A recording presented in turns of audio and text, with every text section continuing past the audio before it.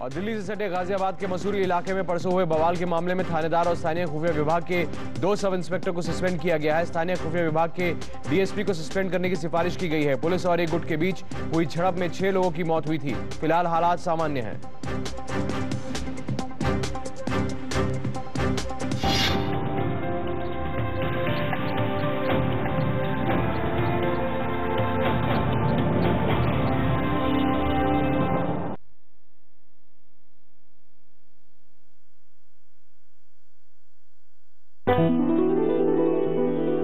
नमस्कार, आप सबका हमारे प्रोग्राम में स्वागत है जिसका नाम है द लीजेंड ऑफ छत्तीसगढ़। हमारे आज की लीजेंड है एक साथी, एक कृषक, एक समाज सेवी। जी हाँ दोस्तों, एक ऐसा समाज सेवी जिनका धर्म है समाज सेवा। भारत के हृदय में बसा छत्तीसगढ़ प्रदेश क्षेत्रफल की दृष्टि से छोटा पर प्रकृति की अनुपम नेह प्राप्त। प्रकृति ने मानो अपने प्रचुर साधनों की बरखा बिखेर दी हो छत्तीसगढ़ की भूमि पर। किसी भूमि पर प्रकृति की कृपा हो, पर यदि उसे जन जन तक सम्मान पूर्वक पहुंचाने वाले हाथ न हो या हाथ की जगह शोषण करने वाले पंजे हों, तो परिणाम में अनिवार्य रूप से पूंजी का असमान वितरण, गरीबी, भूखमरी, छोटे बड़े की विशाल खाई, भूख से बिलबिलाते बच्चों का आखिरी निवाला तक छीन लेने को तैयार अपनी असीमित लालच के मारे सरमाएदार, जो दुनिया के किसी भी कोने को खुद के लिए स्वर्ग और एक बहुत बड़ी आबादी को नर्क बनाने में सक्षम होते हैं। महान विभूतियां वो होती हैं जिनके कारण लोगों का जीवन आसान होता है। निवाला देते समय जो चेहरा नहीं भूख से पिचका पेट देखते हैं, जिनके कारण कतार में बैठे आखिरी व्यक्ति की आशा भी जीवित रहती है। भारत भूमि ने अनेक लेजेंड पैदा किए। छत्तीसगढ़ की माटी की उर्वरा शक्ति भी कम नहीं रही। यहाँ पंडित सुंदरलाल शर्मा, दाऊ कल्याण सिंह, शहीद वीर नारायण सिंह, पंडित रविशंकर शुक्ल आदि अनेक विभूतियां आईं, अपना कार्य संपन्न किया। आज हम यहाँ उस लीजेंड की बात करेंगे जो उन लीजेंड्स का काम आगे बढ़ा रहे हैं, स्वयं अपने लिए बड़ी चुनौतियां रच रहे हैं, नए प्रतिमान गढ़ रहे हैं। आज की विभूति हैं, लीजेंड हैं श्री दिग्विजय सिंह जी कृदत्त। आइए इनका स्वागत करें। पर किस रूप में? ये युवा नेता हैं, समाज सेवी हैं, किसानों के हित में आंदोलन चलाने वाले आंदोलनकारी हैं और स्वयं किसान भी हैं। ये तो इनका व्यक्तित्व है। आइए व्यक्ति के तौर पर श्री दिग्विजय से जुड़ी कुछ बातें जानें। किसान इस देश की शान है और किसान इस देश के पूरे विश्व का अन्नदाता है। और मैं स्वयं किसान परिवार से आता हूं, इसलिए किसानों के बारे में बचपन से सोचते आया हूं और इसी कारणवश कई मंचों से मुझे मौका मिला तो किसानों के लिए संघर्ष करना, उनके लिए लड़ना और उन्हें संगठित करना, ये मेरा लक्ष्य है। क्योंकि आज भी 75% population is of farmers in India. Digvijay का जन्म महाराष्ट्र के नागपुर में 14 मार्च सन 1977 को हुआ। इनका परिवार राजघराने से ताल्लुक रखता है। कहते हैं पूत के पांव पालने में ही दिख जाते हैं। दिग्विजय शुरू से ही कुशाग्र बुद्धि के रहे। इनका लालन पालन छत्तीसगढ़ के शहर धमतरी में हुआ और इनकी प्राथमिक शिक्षा ग्वालियर के सिंधिया स्कूल में हुई। इस स्कूल के सबसे होनहार छात्रों में दिग्विजय एक थे। 10 वर्ष की आयु में ही मानो इन पर वज्रपात हो गया। इनके पिता का देहांत हो गया।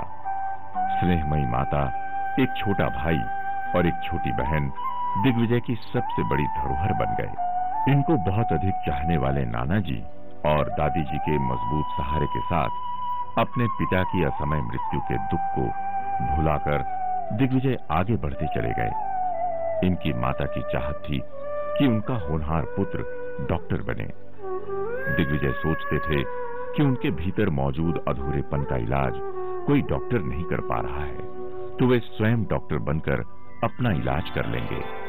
पर कहीं उन्हें ये भी लगता कि कहीं उनके भीतर मौजूद अधूरेपन की वजह लोगों की बेकारी और गरीबी तो नहीं है।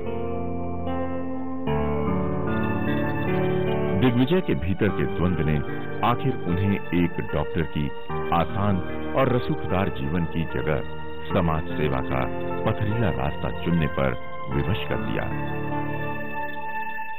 दिग्विजय सिंह है, जैसे कि सब काम करा था हमारे बस्ती में, हाथी सोरम में, सबके देखभाल करते। और जैसे को कोटा में कोई डिफरेंस रही, कोई चीज़ के टिकल लिए आके हम बताथन उला के पूरा करते।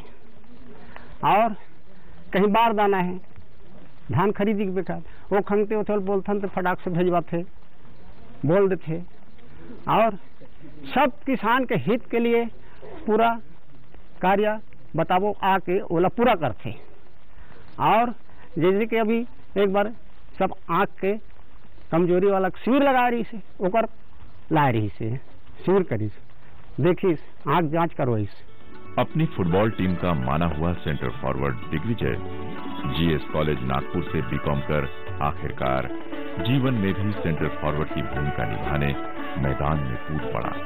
पर इस बार सेंटर फॉरवर्ड दिग्विजय के एक ओर शोषक थे तो दूसरी ओर शोषितों का, वंचितों का एक बड़ा समूह जो इनकी ओर आशा भरी नजरों से देख रहे थे। दिग्विजय वास्तव में दिग्विजय हैं, उनसे कोई जीत नहीं सकता। हर क्षेत्र में उन्होंने बढ़ चढ़कर मदद की, चाहे वो विकलांगों के लिए हो, चाहे वो गरीब बेसहाराओं के लिए हो।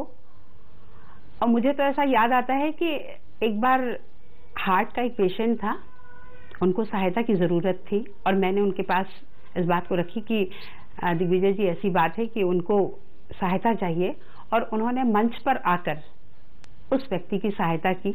अपने बचपन में दिग्विजय को एक बात बहुत चुभती थी। जब भी वो अपने गांव जाते तो पाते कि उनके गांव का एक किसान जिसका नाम जुगनू था, दिग्विजय के गांव के हर फेरे में वो और गरीब दिखता, जबकि वहीं गांव में आकर व्यापार करने वाले व्यापारी अपने मकान बनाते, जमीनें खरीदते। दिग्विजय का बाल मन ये समझ पाने में अक्षम होता कि स्वयंभू अन्नदाता किसान अपना और अपने परिवार का पेट भरने के लिए कर्ज का मोहताज क्यों होता जा रहा है। कारण भले ही समझ ना आ रहा हो, पर भीतर ही भीतर एक चिंगारी जरूर सुलग गई। असंतोष की इस अग्नि ने दिग्विजय की शांति, उनका चैन छीन लिया। घर की ऐशो आराम, वैभव विलास का जीवन उन्हें आकर्षित करने में असफल हो रहा था और कमजोरों के आंसू उन पर लानत भेज रहे थे और अपेक्षा से उन्हें देख रहे थे।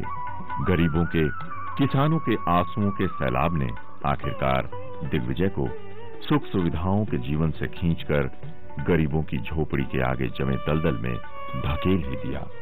दिग्विजय भैया अभी बिजली बिल, समर्थन मूल्य पर और पद यात्रा में अभी गांव-गांव घूमे, जैसे धमतरी चालू करी तो भड़गांव, बोरीद, बेलतरा, नवा गांव साथ में घूमे हैं।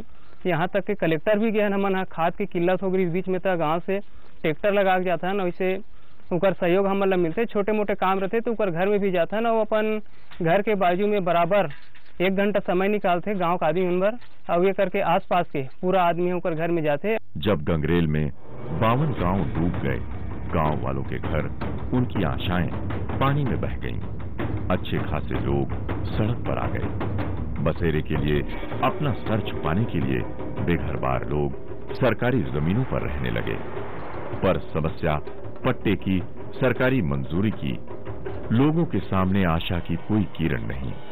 चारों ओर गहरा काला अंधेरा, अपने अस्थायी आवास से भी हटाए जाने का खतरा, अपने बच्चों के सर से छत छीनने का डर। उस समय एक व्यक्ति आगे खड़ा, बेघरों के डर को जिसने हृदय से समझा, उन्हें दिलासा दी और उनकी लड़ाई का अगवा बना। उसने धमतरी से रायपुर तक पद यात्रा की, जिसमें बड़ी संख्या में पुरुष और उससे भी बड़ी संख्या में महिलाएं सम्मिलित हुई। गंगरेल डुबान के एक एक ग्राम में उन्होंने गया, अकला डोंगरी से लेके, कोका से लेके, मालगांव से लेके सटियारा, जहां पर आज तक कोई नेता नहीं पहुंच पाया था, जो कि नदी किनारे ग्राम है, वहां पर भी हमारे दिग्विजय सिंह कृतज्ञ समाज सेवक वहां उस गांव में भी पहुंचे और वहां से होते हुए मालगांव पहुंचे, जहां पर इन्होंने देखा हमारे कृतज्ञ जी ने कि गरीबों की पीड़ा क्या है। हमारा जो नौजवान है, गरीब आदिवासी भाई, जिनको वास्तव में सरकार को चाहिए धमतरी जिले के अंदर में नौकरियों में इन गरीब आदिवासियों को, डुबान प्रभावितों को नौकरियों में आरक्षण देना चाहिए, लेकिन शासन के द्वारा ऐसा नहीं हुआ। डुबान प्रभावितों को डुबान प्रभावित का प्रमाण पत्र लेने के लिए भी सैकड़ों बार चक्कर मारने के बावजूद भी डुबान प्रभावितों को प्रमाण पत्र नहीं मिला, डुबान प्रभावितों को जमीन का पट्टा नहीं मिला। इन सब दुख दर्द को देखते हुए हमारे आदरणीय दिग्विजय सिंह जी कृदत्त ने धमतरी से रायपुर तक की पद यात्रा की। राजधानी रायपुर पहुंचकर सरकारी अमलादारों को ज्ञापन दिया, पर किसी के कानों में जूं तक न रेंगी। बेघर बारों के दुख को समझने के लिए कोई तैयार न था। तब दिग्विजय अनशन पर बैठे।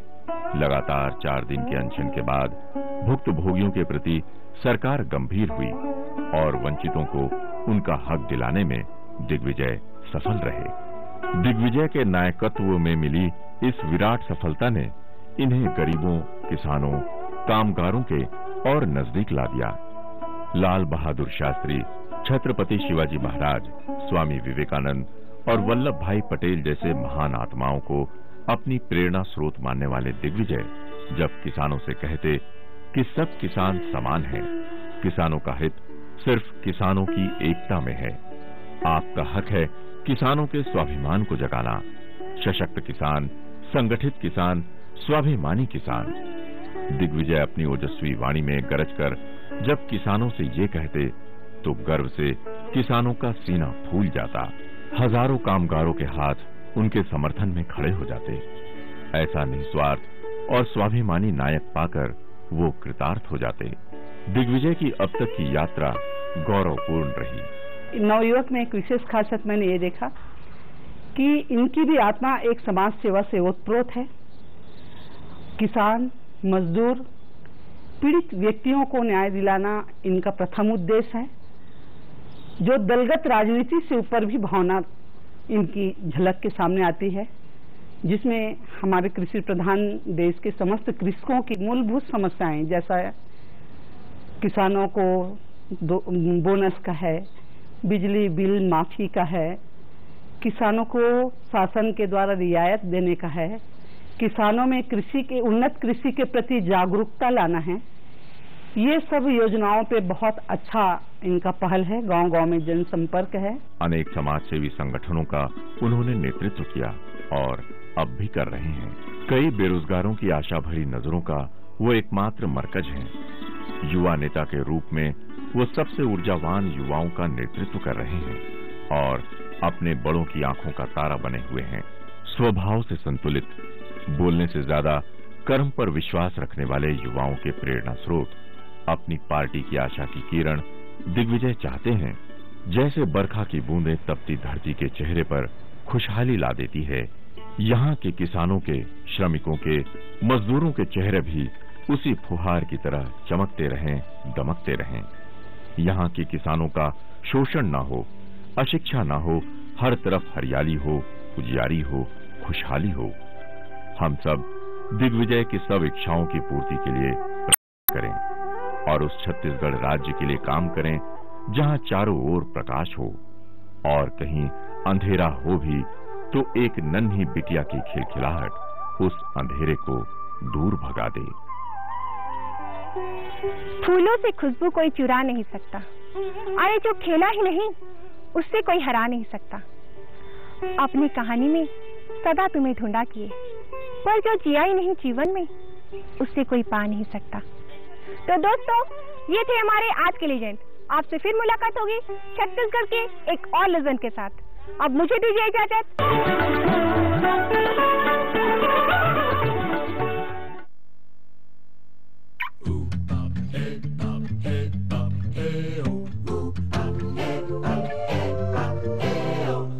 Driving around all the spaces to find yourself a brand new world. You can go easy breezy, find your